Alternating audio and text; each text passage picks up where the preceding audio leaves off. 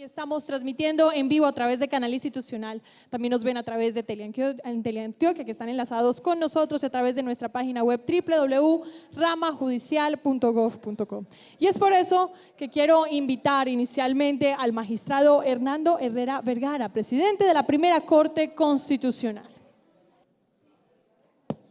Señora presidenta de la Corte Constitucional, distinguidos magistrados, señores exconstituyentes, queridos exmagistrados de la Corte, autoridades civiles y eclesiásticas aquí presentes.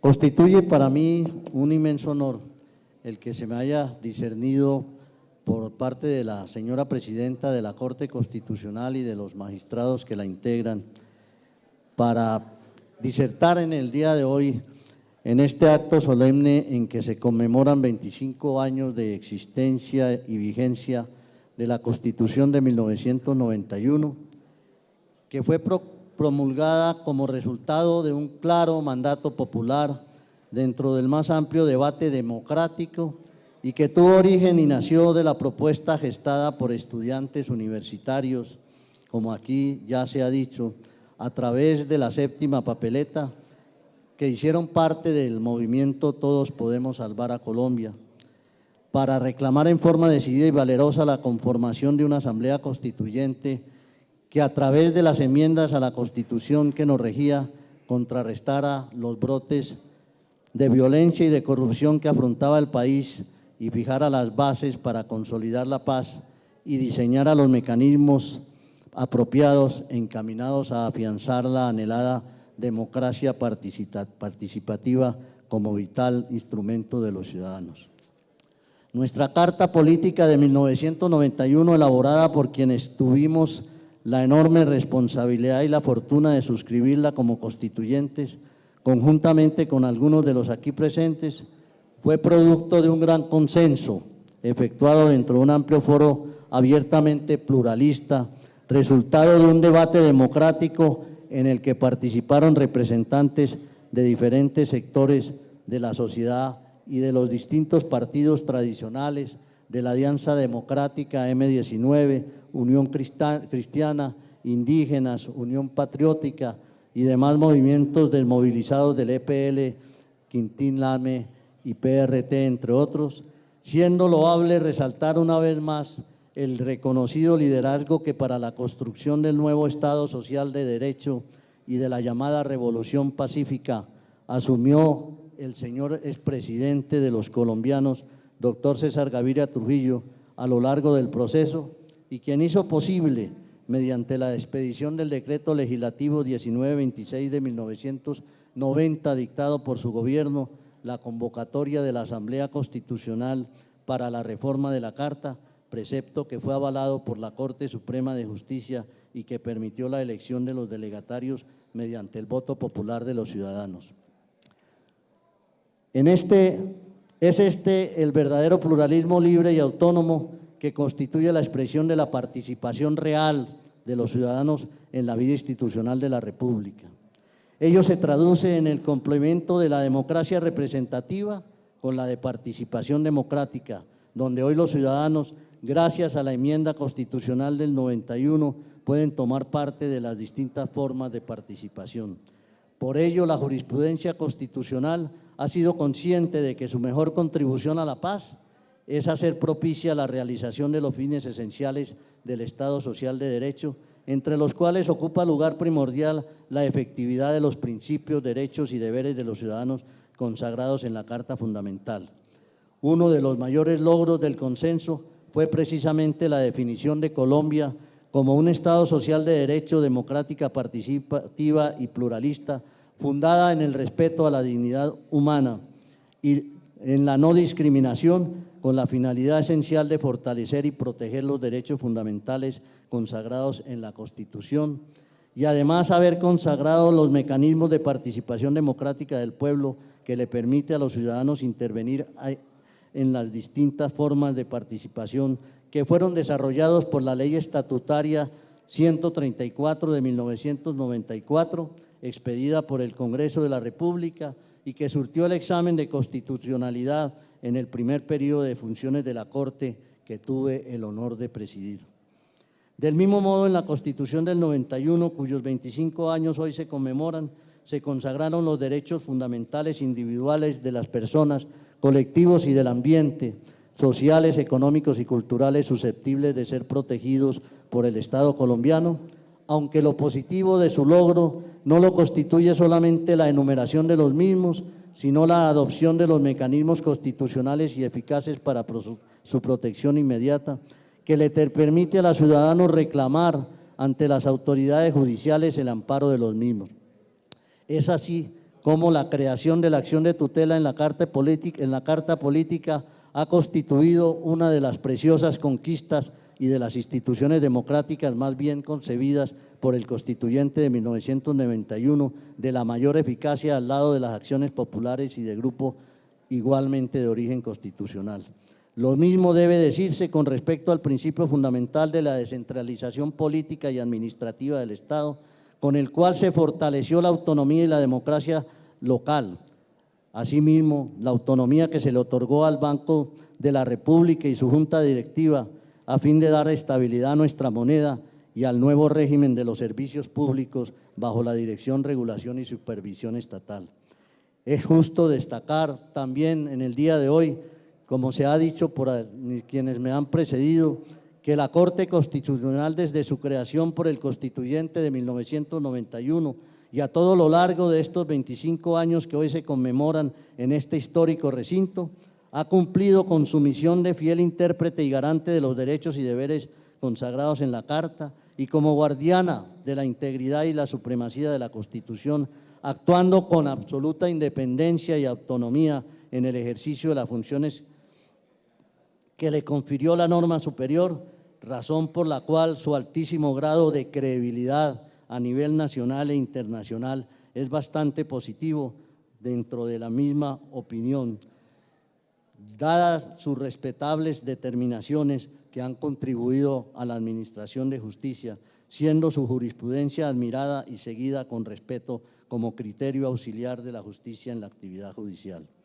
Del mismo modo, puede predicarse de la Fiscalía General de la Nación, institución igualmente de creación por el Constituyente de 1991, que produjo desde su nacimiento una trascendental transformación en materia de investigación penal para la prosecución de los delitos y la acusación de los infractores de las normas consagradas en el Código Penal, con la eficacia de quien últimamente ha regentado los destinos de la Fiscalía General de la Nación por parte de aquí funcionarios presentes, el señor fiscal y el señor fiscal encargado.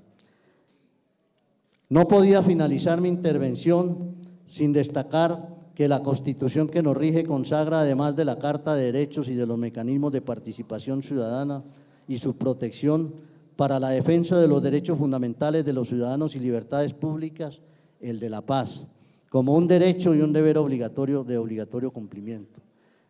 Recordemos que tanto la Asamblea Constituyente como la propia Carta Política de 1991 fueron producto de un verdadero acuerdo de paz, con grupos desmovilizados que con posterioridad han tenido participación en la vida democrática del país, como cabe destacar a mi colega en la Constituyente y miembro de la Comisión Tercera, Antonio Navarro Bols, aquí presente. De ahí que nuestra Carta haya señalado en su preámbulo que la Asamblea Constituyente, en ejercicio de su poder soberano, representado por sus delegatarios, invocando la protección de Dios, promulga la Constitución con el fin de asegurar a sus integrantes, como dice el preámbulo, la convivencia y la paz, creando los instrumentos para conseguirla. Garantizar el efectivo respeto a la Constitución e invocar el esperado desarrollo legal de buena parte de sus preceptos por parte del Congreso de la República, que todavía se requieren porque hay muchos artículos y preceptos constitucionales que aún no han sido desarrollados por el Congreso de la República. Pero como se dice en el adagio popular, nunca es tarde para hacerlo por el órgano legislativo, quien es el llamado, y que imploro en esta excepcional ocasión para que lograr la verdadera renovación constitucional, sin que ello implique, desde luego, un obstáculo a las inevitables transformaciones o reformas constitucionales que constituyen el gran reto en el cabal cumplimiento del concepto de Estado social y democrático de derecho. Muchas gracias.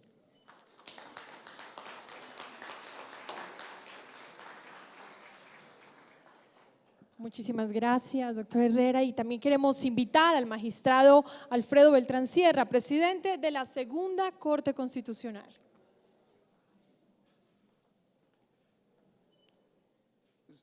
Doctora María Victoria Calle Correa, presidenta de la Corte Constitucional. Señores magistrados de la corporación en la fecha, señores exconstituyentes, magistrados de la Corte Suprema de Justicia, del Consejo de Estado y exmagistrados de la Corte Constitucional.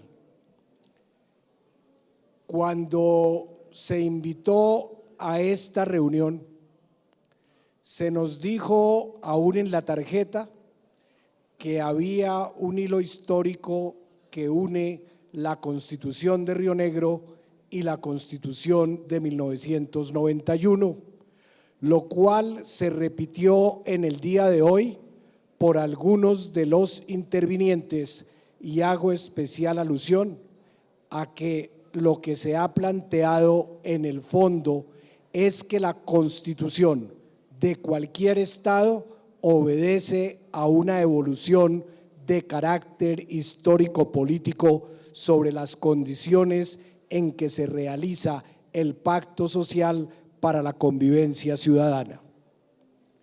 En ese sentido, si nosotros examinamos con cuidado la Constitución de 1991, encontramos que algunas de sus disposiciones no son propiamente creación del constituyente de ese año, sino o nueva redacción o reproducción de algunos de sus artículos, especialmente de los que reformaron la Carta Política, por ejemplo, en 1886 para pasar de la República Federal al Estado unitario, o por ejemplo, de la finalidad que se le asigna a las autoridades públicas. Recordemos sobre esto cómo en la Constitución decimonónica de 1886, expedida bajo el criterio autoritario, confesional e individualista de Caro y los constituyentes de la regeneración, se contentaron con decir que la finalidad para la cual se establecían las autoridades públicas era la de proteger a los residentes en Colombia en su vida, honra y bienes, y hasta allí cerraron la tarea del Estado. Fue precisamente la reforma de 1936, en artículo que se debe a la pluma de Darío Echandía y Jorge Soto del Corral, la que reformó la finalidad de las autoridades para establecer en el entonces artículo 16 que no solamente se establecen para que defiendan a las personas en su vida, honra y bienes, sino además para asegurar el cumplimiento de los deberes sociales del Estado y de los particulares, lo cual se reiteró luego en el artículo 2 de la Constitución actual para agregarle que también tienen como finalidad defender a las personas en sus derechos y en sus deberes.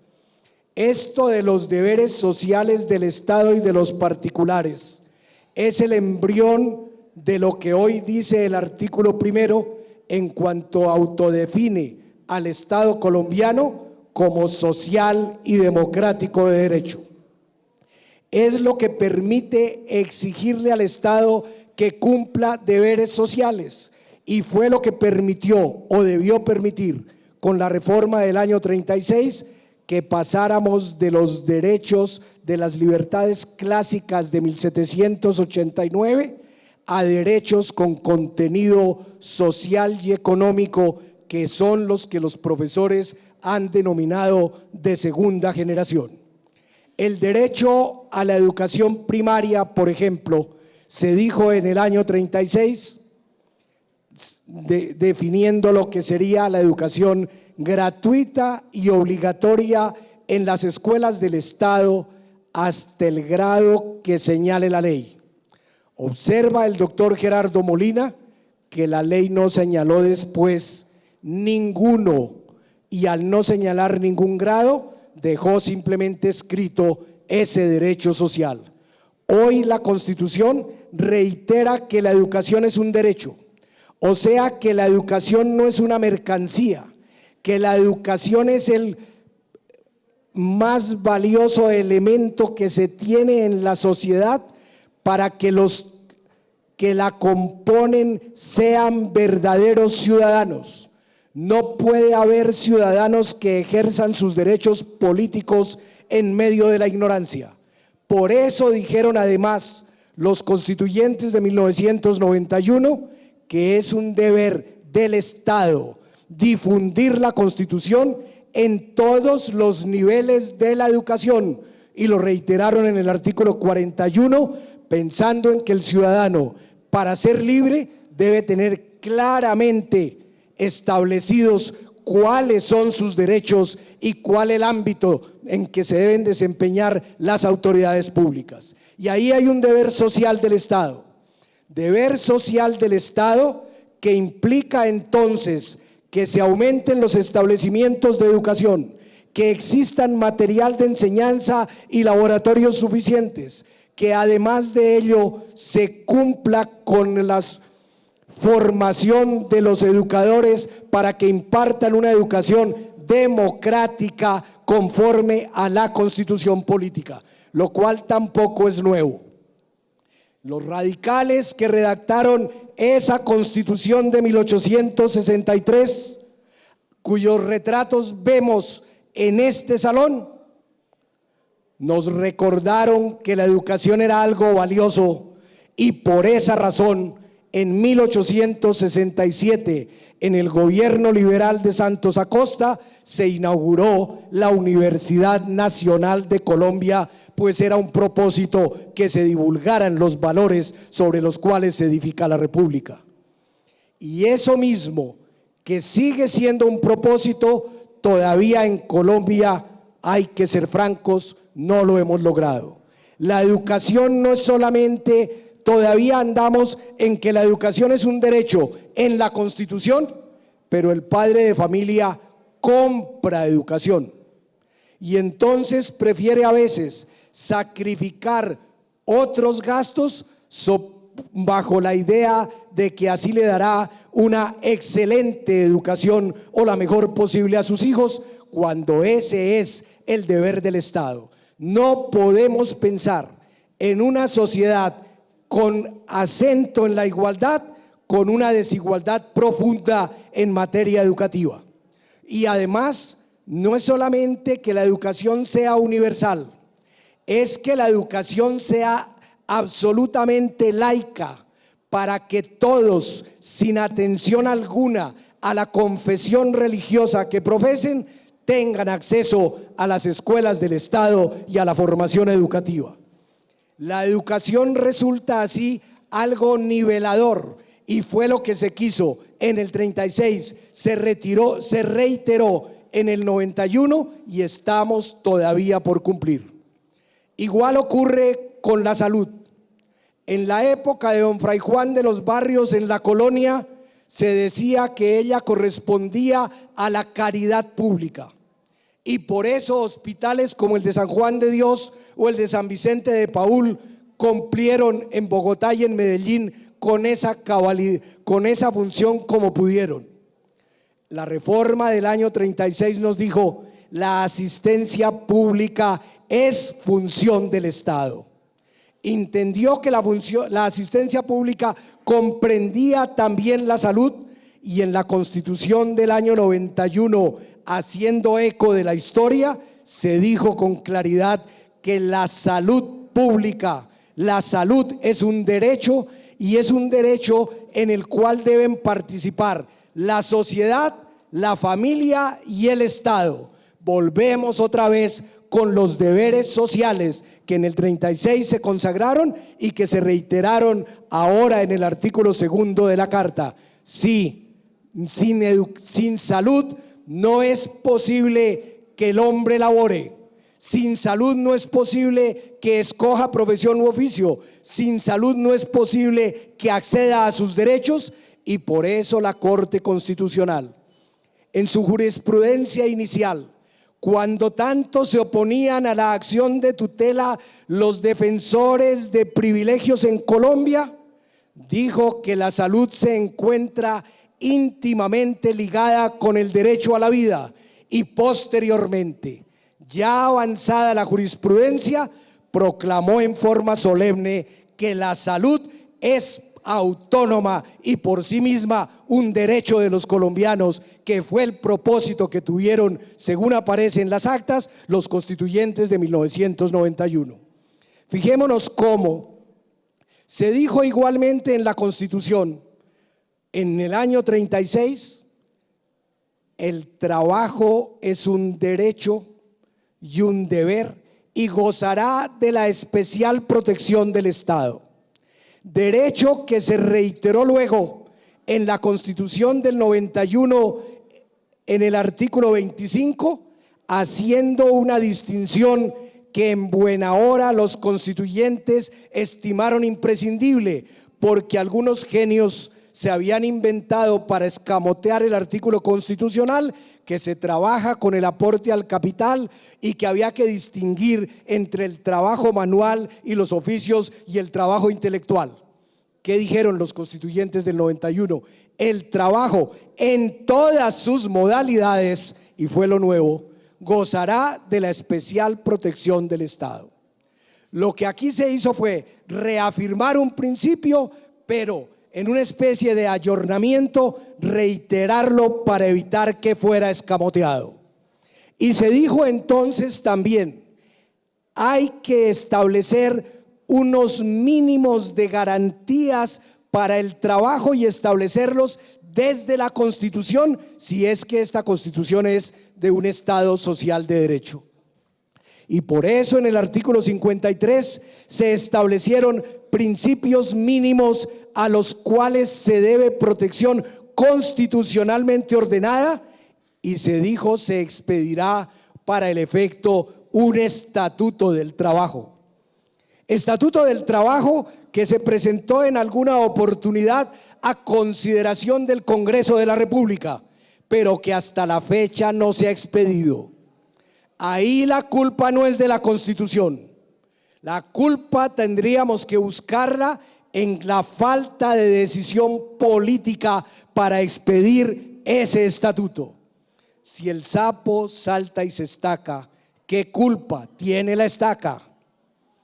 Aquí no es de la Constitución. Ni los partidos, ni el Congreso, ni el gobierno han tenido la decisión política de presentarlo, en cambio sí la de ahogarlo cuando se presentó, porque los altos heliotropos de las clases dirigentes económicas del país se opusieron a que se expidiera si previamente no se concertaba con ellos, y así pasó la legislatura y no se volvió a hablar de eso. De la misma manera, la Constitución estableció como principio fundamental que si no íbamos a dar el paso hacia un Estado federal, como en otra oportunidad se propuso por un congresista de Antioquia, el doctor Ciro, en congresos anteriores, si se consagrara la autonomía de las distintas secciones territoriales de la República. Pero autonomía sin recursos no funciona. Y entonces, cuando se desarrolla ese principio para hacer efectiva la descentralización y la autonomía, se dice: ustedes podrán elegir sus propias autoridades, tendrán la administración de sus propios recursos, tendrán derecho a participar en las rentas nacionales. Y eso que dijo el artículo 287, al hablar del régimen económico en la Constitución, se llevó luego a establecer normas especiales sobre el gasto social, sobre las regalías, por ejemplo, y su distribución en las distintas secciones territoriales. Pero vino la manía centralista de la cual todavía no nos liberamos. Y entonces dijeron: centralicemos todo lo de las regalías, fortalezcamos el Departamento Nacional de Planeación, es decir, acentuemos el centralismo y que allí se presenten los proyectos de cada región para que luego entonces se les gire a las regiones según su propio desarrollo y sus propios planes, es decir, a la autonomía que consagraron los constituyentes del 91, mutis por el foro se le estableció ahora una tutela, tratándola como si fueran menores de edad a esas entidades territoriales. Y hablando de entidades territoriales, la Constitución en forma clara estableció que todos serían departamentos, incluyendo a intendencias y comisarías, pero además la posibilidad de que existieran provincias o regiones y que los resguardos indígenas fueran considerados como entidades territoriales. Eso que se saludó con tanto alborozo tampoco ha sido cierto. Y no ha sido cierto también por falta de decisión política, porque en el Congreso de la República no se ha expedido la Ley de Ordenamiento Territorial. Ley de Ordenamiento Territorial que viene reclamando estatuto para las regiones y autonomía desde el programa que para su partido promulgó en 1922 el general Benjamín Herrera. De manera que estamos no ante normas constitucionales inexistentes, sino ante normas constitucionales no desarrolladas por el legislador. Y así en otras materias. Por ejemplo, esos artículos de la Constitución 64, 65, etcétera, que hablan de facilitar el acceso de los campesinos a la propiedad de la tierra y que le imponen al Estado el deber de hacer planes de carácter crediticio para que ellos puedan acceder primero a la propiedad y luego a financiar los cultivos, a tener seguros de las cosechas, para hacer así efectiva su vinculación a la productividad nacional y darle autonomía como ciudadanos y permitirles actuar como tales. Esos artículos en la Constitución no han sido desarrollados. Por eso ahora algunos se escandalizan de que eso se haya hablado en La Habana. Pues ahí está el artículo constitucional para darle cumplimiento a lo pactado.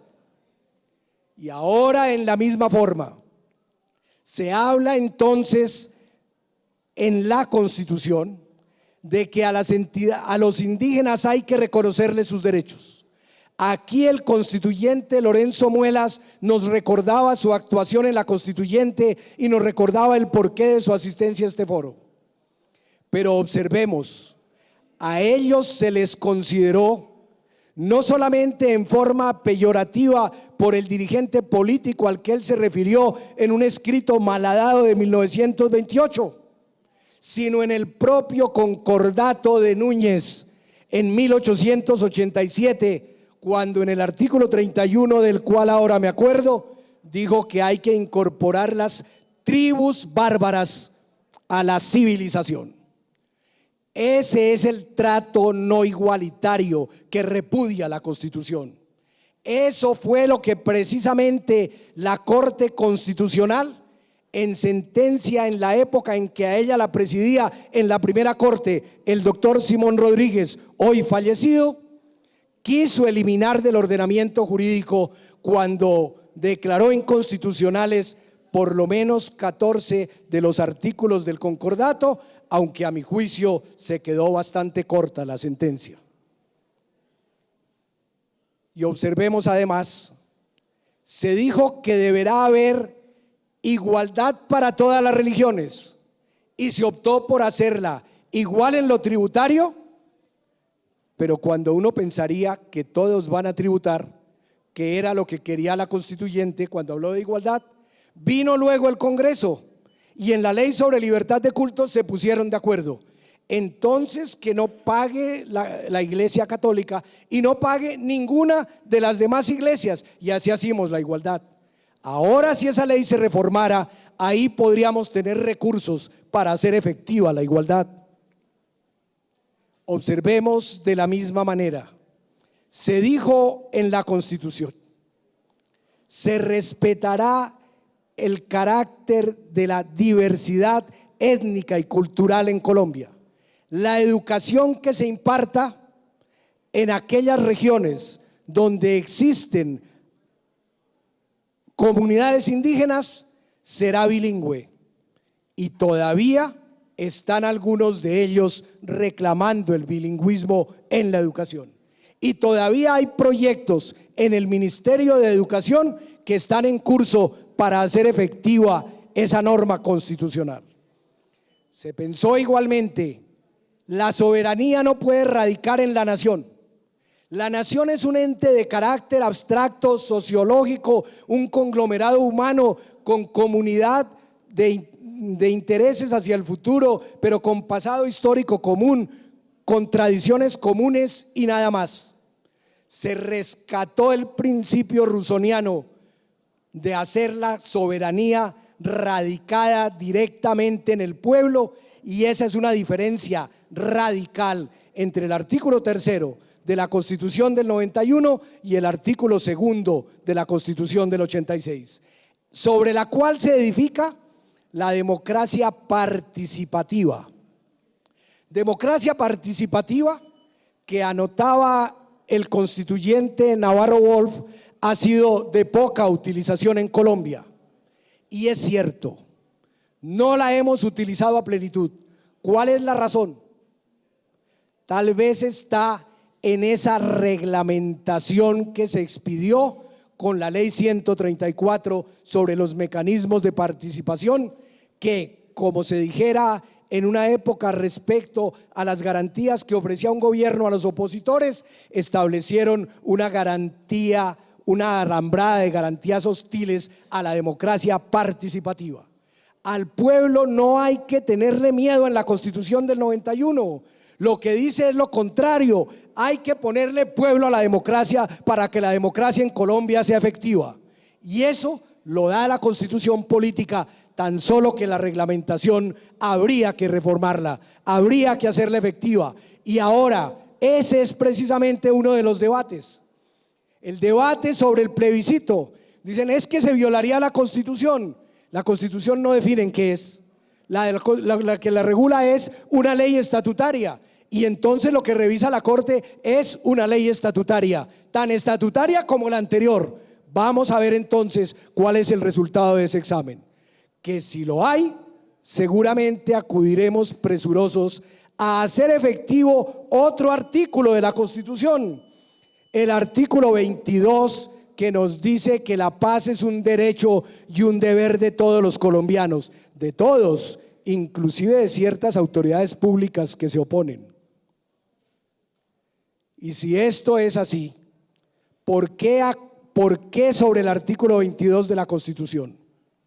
El constituyente Uribe Vargas, que fue su proponente, con el respaldo de su bancada y de la bancada de ADM 19, lo sacaron adelante.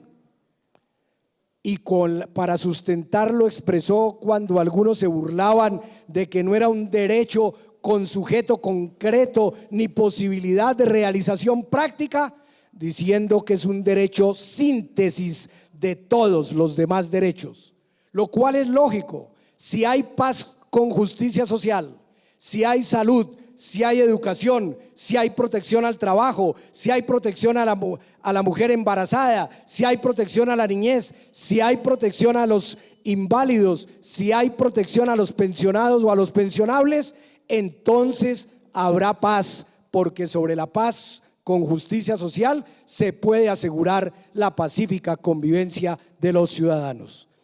Tal vez a la altura de esta hora, la mejor contribución mía es volver a agradecerles que me hayan escuchado.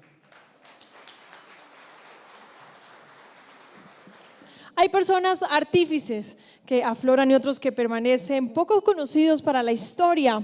En una breve trayectoria de la Constitución de 1991, un grupo muy amplio de personas ha trabajado para mantener su integridad y supremacía, pero un grupo menos amplio ha persistido en esta tarea durante un periodo superior a 1 o 2 décadas. En este segmento es por eso que quiero invitar a nuestros presidentes a que se incorporen a nuestro foro y llamar aquí a este escenario a estas personas que han trabajado durante más de 2 décadas por mantener, como se ha previsto desde hace 25 años, nuestra Constitución política.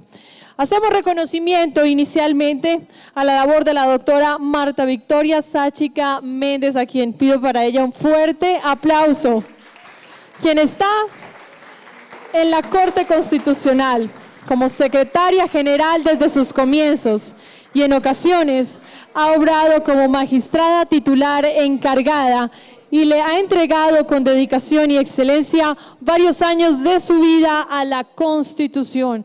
Para ella, para su momento, quiero nuevamente pedir un aplauso y quiero que por favor escuchemos sus palabras del trabajo que esta mujer líder, secretaria de la Corte Constitucional, que ha acompañado tantas y tantas audiencias, pues tiene algo que contarnos durante su proceso. Adelante. Buenas tardes. Realmente para mí este era un momento mágico. Reunir en este recinto histórico a tantas personas que han trabajado con un sacrificio inmenso para hacer realidad nuestra Constitución, pues no tiene reemplazo. Sin embargo, tengo una circunstancia bien particular. Me ocurrió lo mismo que al exdelegatario Fernando Carrillo. Yo traía un discurso preparado, bastante pretencioso, porque quería hacer un balance cuantitativo del trabajo de la Corte Constitucional en 10 minutos. Era bastante irreal.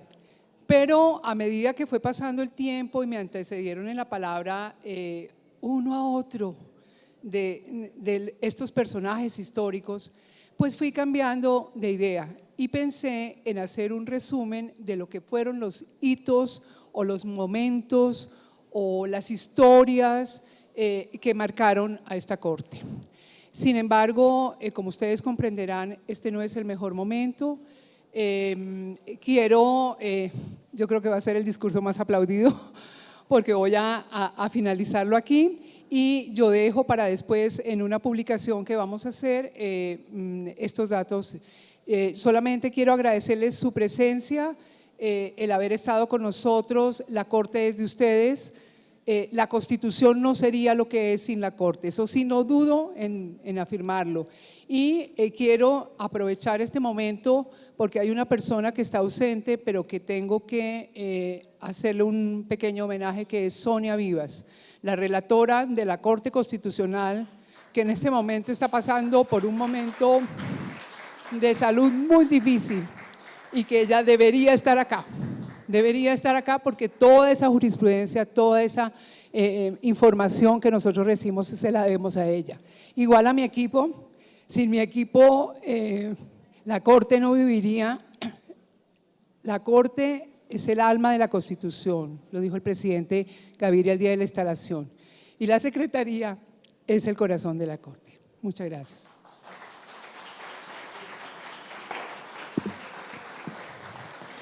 Doctora Marta, usted no se equivoca con ese sentido aplauso que recibe aquí de nuestro auditorio.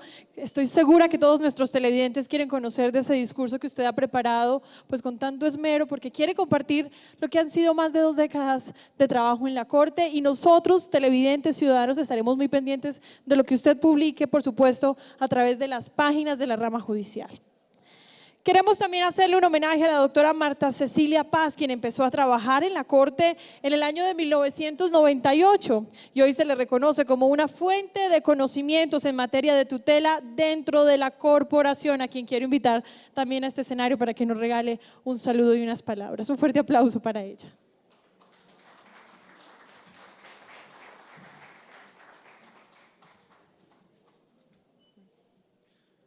Lo bueno es que ya los saludos protocolarios los puedo obviar a esta hora. Alguna mente perversa me ha sugerido que revele hoy los secretos mejor guardados en estos 20 años, pero voy a dejarlo por razones de tiempo para otra oportunidad. Esta es una ocasión en que la presidenta ha permitido que se refresque la memoria de los ya mayores y se aliente un poco la conciencia de los más jóvenes. Y por eso agradecemos quienes ya pasamos los umbrales aceptables en los tiempos en las altas cortes. Agradecemos este espacio que lo recibimos como un homenaje a nuestro compromiso y a nuestro tiempo de servicio en la corporación. El profesor Manuel Aragón, a la sazón magistrado titular del Tribunal Constitucional Español, me preguntaba en alguna ocasión a qué correspondía esta nominación tan peculiar del magistrado auxiliar en Colombia, cuando en el resto del mundo son simplemente letrados. Con mucha picardía me decía, ¿son auxiliares porque auxilian o son auxiliares porque están al lado? La respuesta nunca se la he podido dar porque la noción polisémica del magistrado auxiliar permite entender que se trata de un amigo, de un confidente, de un cómplice, de un juez, de un maestro, de un pañuelo, de un hombro y en general del más cercano de los funcionarios en un despacho judicial en las altas cortes. Recibimos, quienes ya pasamos estos 20 años, la Constitución en pañales, al tiempo que colaboramos llenando de contenido cada cláusula constitucional y buscando su núcleo esencial, descubríamos en nosotros mismos una vocación de servicio y entrega a la corporación que se ha extendido hasta hoy. Pertenecemos a la ya desueta escuela del esfuerzo y del cultivo de los talentos, de la manoseada noción de mérito, del reconocimiento de las jerarquías, del respeto a los mayores, del placer en las conquistas ganadas y los esfuerzos recuperados. Nada nos ha sido fácil en estos 20 años. Nos hemos formado día a día para estar aquí. Los títulos nacionales y extranjeros adornan nuestra hoja de vida. Hablamos lenguas vivas y muertas. Hemos llevado la Constitución, la jurisprudencia y las buenas prácticas constitucionales a tribunales extranjeros. Hemos sido escrutados por observadores internacionales que permanentemente se preguntan cuál es el secreto de la permanencia en una corte que tiene tanto prestigio. Todo eso lo recibimos con mucha gratitud y mucho halago. Sin embargo, el mayor de nuestros orgullos es el día a día, el de contar con la confianza de los magistrados, de 27 magistrados en mi caso particular, de las 3 cortes de las que ya damos cuenta. Pero corren otros tiempos, ya no viene el aceite en botijuelas, como decía el Tuerto López. El derecho dúctil, los afectos líquidos, las relaciones deslactosadas, los compromisos entre lo light y la nada han permeado también la magistratura auxiliar.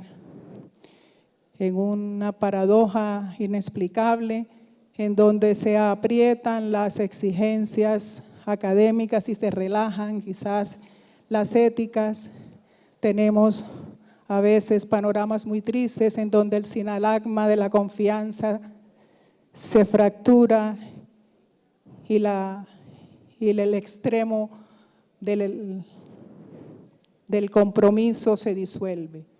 Ojalá solo sea una contingencia de los tiempos y no un panorama futuro. Quienes le apostamos a la Constitución del 91, quienes hemos hecho el esfuerzo por construir un suelo sólido de jurisprudencia y de precedentes, aspiramos a que los magistrados auxiliares venideros se comprometan con una constitución histórica, como hemos visto, y que la catadura moral y ética sea el primer presupuesto para el acceso al cargo. Muchas gracias.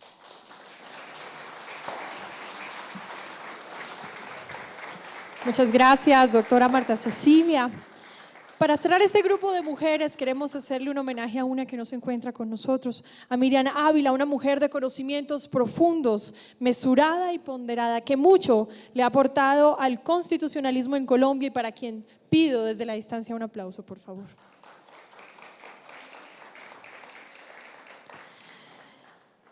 Reconocimiento también para el doctor Aquiles Arrieta, a quien se reconoce su capacidad analítica y sistemática y cuyos aportes se pueden medir en la confección de, por ejemplo, las sentencias más importantes sobre salud y cárceles, a quien invito a este escenario con un fuerte aplauso.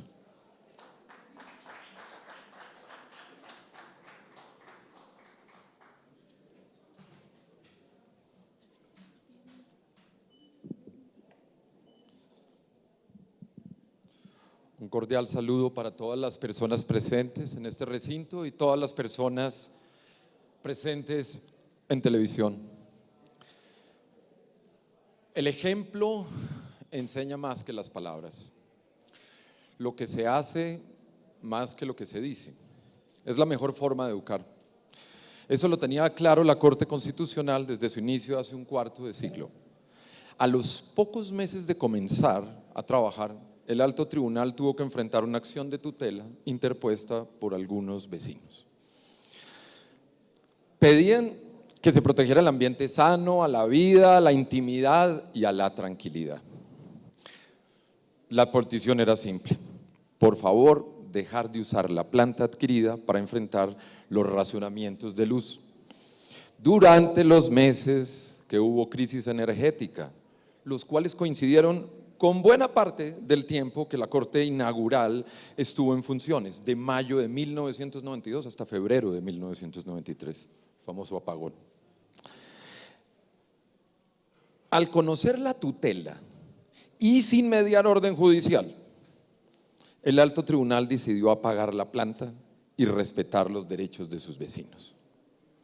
De ahí en adelante, las salas plenas se realizaban a la luz de la vela y en el primer edificio y en el primer piso del edificio, para que pudiera asistir sin problema alguno el gran magistrado Ciro Angarita Barón, quien usaba silla de ruedas. Esta sencilla historia muestra el cambio de 1991. En un país donde la frase "la ley es para los de Ruana" había hecho carrera como manera de denunciar el uso selectivo y amañado de las reglas jurídicas, el que la Corte Constitucional mostrara cómo la nueva ley fundamental se aplicaba a todas las personas por igual, incluyendo a los funcionarios con las más altas dignidades del Estado, era una clara señal de los vientos de cambio que arrastraban al país por esos años. La Corte Inaugural, que tan solo duró un año, de febrero del 92 a febrero del 93, le mostró a Colombia con su ejemplo el papel estructural de los derechos fundamentales y la necesidad que tiene el juez constitucional y las personas en general de desarrollar la sensibilidad necesaria para ver y entender la importancia de estas sencillas controversias que hasta ese momento habían sido consideradas casos menores, casos de baranda.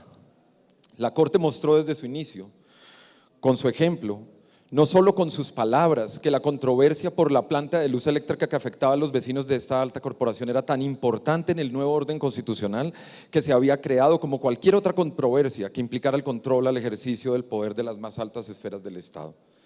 Hay un sentido en el cual la Constitución solo comenzó a vivirse realmente cuando las personas reclamaron el cumplimiento y el respeto de sus derechos allí consagrados. Personas como el magistrado Ciro Angarita Barón, a quien hoy Colombia debe rendir un sentido homenaje, enseñaron el ejemplo al país para tener la sensibilidad, para ver el sentido constitucional de las cuitas aparentemente menores de las personas y comprender que en aquellos casos está en juego el sentido de la existencia y de la vida misma. Por eso no estaban solos los magistrados. Muchos funcionarios judiciales de todo nivel y orden se integraron al cuerpo técnico de la Corte Constitucional para ayudar a construir la jurisprudencia con la que cuenta hoy la nación y cuyo valor es reconocido más allá de sus fronteras. Desde los magistrados auxiliares a los auxiliares judiciales ad honorem, pasando por todos aquellos funcionarios de servicios logísticos, todos jugaron y juegan un rol determinante en convertir la defensa de la Constitución lo que hoy es. Así como la mística de los primeros magistrados señaló un camino para los que habrían de seguir sus pasos, los primeros funcionarios del cuerpo técnico de la Corte trazaron con su compromiso y entrega un camino para quienes hoy tenemos el honor de servir al país desde este rincón del Estado. Las personas que nacimos a principios de los 70 tenemos algo en común. Nuestra existencia como ciudadanos, nuestra mayoría de edad, se ha ejercido bajo la Constitución de 1991. No fuimos ciudadanos durante la Constitución de 1886. Su accionar son recuerdos de infancia o información histórica que se conoce porque se estudió, pero no son vivencias, son meras ideas.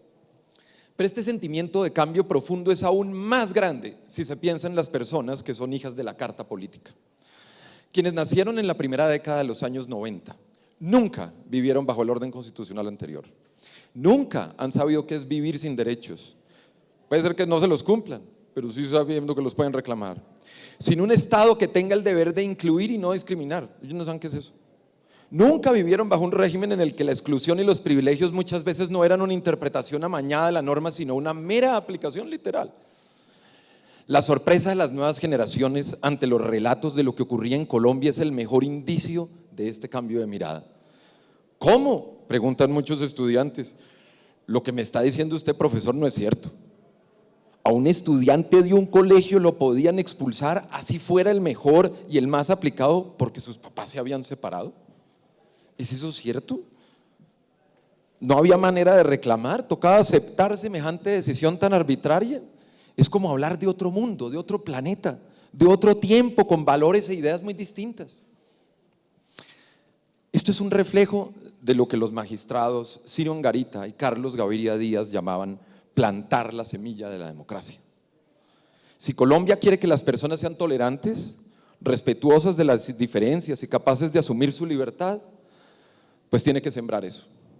Se debe educar a las personas en libertad, igualdad y dignidad si se quiere que en sus corazones vivan esos valores. Esa es una de las más grandes conquistas de la Constitución de 1991.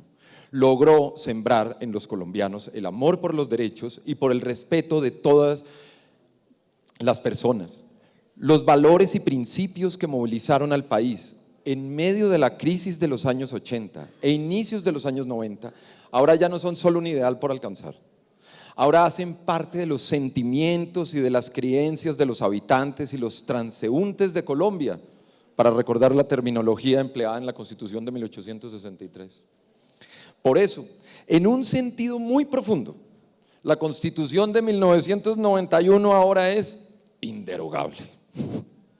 El cambio que generó este pacífico movimiento constitucional solo podrá ser reemplazado por una Constitución que logre hacer lo mismo que esta hizo, transformar el corazón de las personas.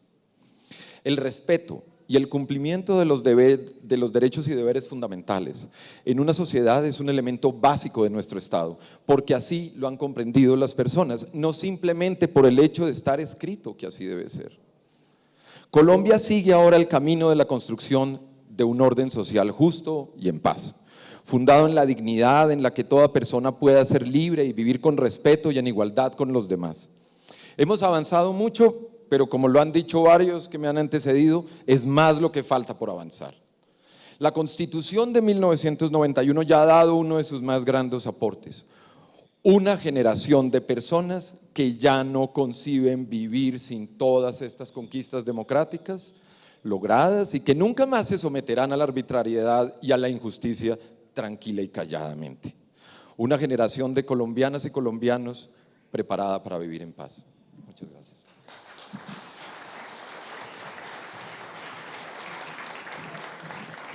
Muchas gracias, doctora Arrieta. Y no menos importante, y estando ausentes por motivos personales, hacemos extensivo este reconocimiento al doctor José Antonio Cepeda Amariz, quien llegó a la Corte en el año de 1993 y aún hoy trabaja con reconocida disciplina y rigor en la construcción de la jurisprudencia constitucional. También al doctor Iván Escocería Mayolo, quien ha trabajado en la Corte desde el año de 1992 en la relatoría como secretario general y actualmente como magistrado auxiliar. También al doctor Abraham Sánchez Sánchez, quien llegó a la Corte en el año de 1992. Fue secretario de la Comisión Primera de la Asamblea Constituyente y reconocido por la profundidad de sus planteamientos y su erudición teórica y constitucional. Finalmente, también queremos agradecerle al doctor Javier Tobo, quien fue honrado recientemente con el premio a la excelencia judicial y con algunos intervalos esta Corte desde el año de 1992. El agradecimiento es para todos ustedes, para nuestro aforo que permaneció hasta el final de este importante evento, para ustedes quienes en casa nos acompañaron durante este importante día de conmemoración de los 25 años de la Constitución Política de Colombia. Queremos hacer un agradecimiento muy especial al Centro de Documentación Judicial CENDOR por permitir esta transmisión. También a los servicios técnicos de RTBC. Ustedes continúen con nuestra programación, nosotros los dejamos con imágenes de este momento histórico de hace 25 años, allí donde se proclamó la Constitución del año de 1991. Les acompañó Lina Pulido, que tengan una feliz tarde.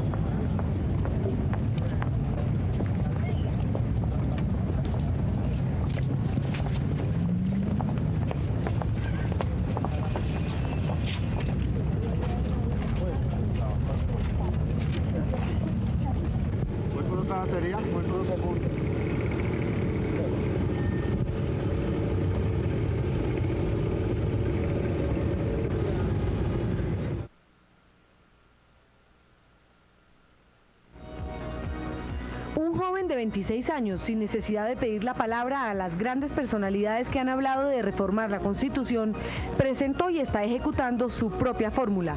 El abogado Fernando Carrillo, luego de muchos estudios, se ingenió lo que se conoce como la séptima papeleta, que los electores podrán incluir en las urnas el próximo 11 de marzo y con la que pueden apoyar esta iniciativa estudiantil de crear una asamblea constituyente que reforme la Constitución. Queremos sacar una mayoría de votos que le demuestre a la clase política colombiana que hay gente pensando en Colombia de manera distinta como ellos han pensado que hay una serie de banderas generacionales que van contra la corrupción. La verdad es que hemos movido cielo y tierra con las uñas. Esa puede ser la gran descripción de lo que ha sido el fenómeno. 35.000 estudiantes entre los 20 y 26 años de todas las universidades del país que conformaron el movimiento suprapartidista Todavía Podemos Salvar a Colombia y están decididos a salvarla a como dé lugar. No solo a los jóvenes, sino a todo el pueblo colombiano, le estoy diciendo ahora que tiene que votar porque él tiene el derecho y el poder de hacer que sus instituciones se reformen y de nuevo el pueblo vuelva a tener las riendas de sus propios destinos. Los que conforman este movimiento estudiantil son los únicos que piden votos para Colombia, no para ellos.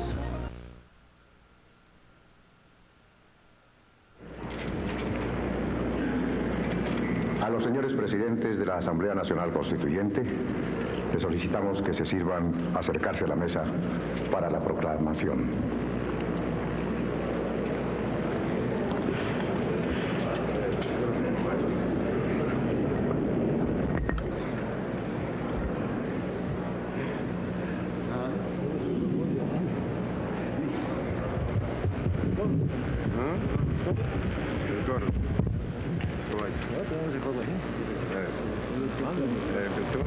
Yo digo 1, 2 y 3. En nombre de la Asamblea Nacional Constituyente, los presidentes, en representación del pueblo, proclamamos la nueva Constitución de Colombia.